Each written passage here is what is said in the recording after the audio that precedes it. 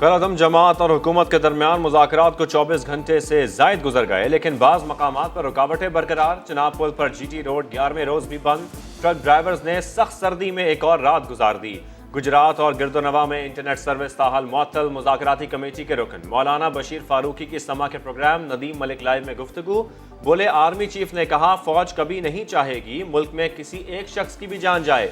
معاہدے سے متعلق 10 دن تک کچھ نہ بولنے کا وعدہ کیا ہے۔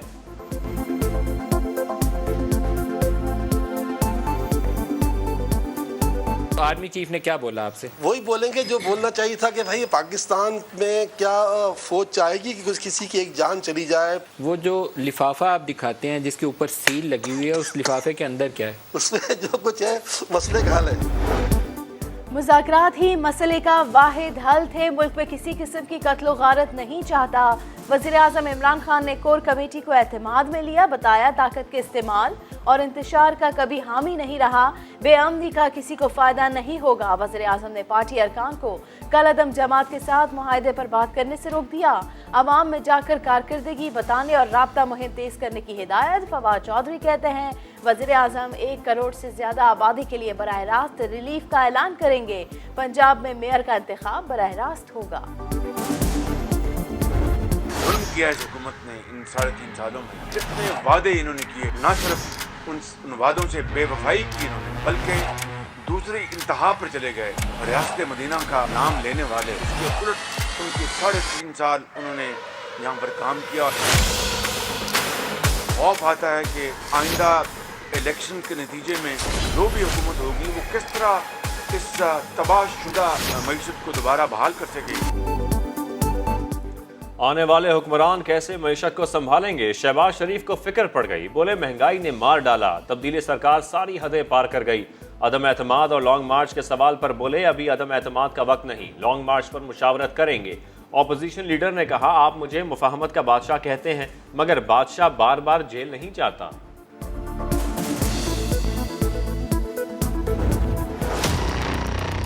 اہم خبر آپ کو دیں، نیب افسران کا پرائیویٹ افراد کے فراڈ کی تفتیش روکنے پر تحفظات۔ آرڈیننس آیا ترمیمی نیب کا، جو پرائیویٹ افراد ہیں ان کے بارے میں اب نیب بالکل کوئی تفتیش نہیں کر سکتا۔ سما نے 12 اکتوبر کو بتایا آرڈیننس اب آیا، نیب ترمیمی آرڈیننس کے تحت ریلیف کے سپنے ٹوٹ گئے۔ آصف علی زرداری، شہباز شریف، شاہد خاقان عباسی، مریم نواز، کسی کو ریلیف نہیں ملے گا۔ حکومت نے آرڈیننس میں پھر ترمیم کر دی، پہلے سے جاری تمام منی لانڈرنگ کے کیسز پرانے قانون کے حساب سے چلیں گے۔ مداربہ اور B4U کیسز بھی دوبارہ نیب کے حوالے۔ چیئرمین نیب کے لیے بھی خاموشی سے NRO عہدے سے ہٹانے کے لیے سپریم جوڈیشل کونسل کا کردار ختم کر کے صدر مملکت کے سپرد۔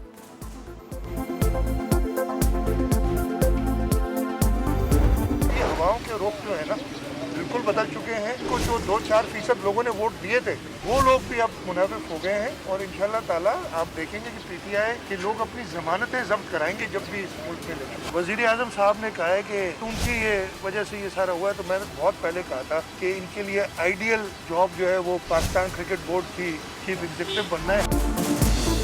جب ہم حکومت میں آئیں گے عمران خان کو چیئرمین کرکٹ بورڈ بنائیں گے۔ وزیر اعلیٰ سندھ مراد علی شاہ کا طنز، بولے حکومت کو گورننس آتی ہی نہیں، ہواؤں کا رخ بدل رہا ہے۔ کراچی میں PTI والوں کی ضمانتیں ضبط ہو جائیں گی۔ احتساب عدالت میں نوری آباد ریفرنس میں مراد علی شاہ پر فرد جرم کے لیے 17 نومبر کی نئی تاریخ مقرر۔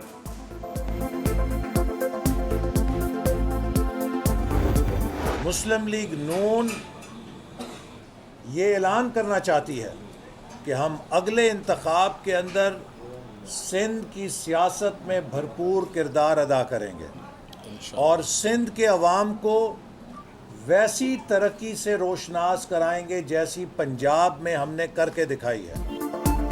سندھ والوں ایک موقع ہمیں بھی دو، ہم آئیں گے سندھ کو پنجاب کی طرح ترقی کی راہ پر لائیں گے۔ لیکن علامہ حسن اقبال نے حیدرآباد میں بیٹھ کر سندھ والوں سے اپیل کر دی، وفاقی حکومت پر بھی گڑ چیبر سے بولے آج نیا پاکستان ایک ڈراؤنا خواب بن گیا ہے۔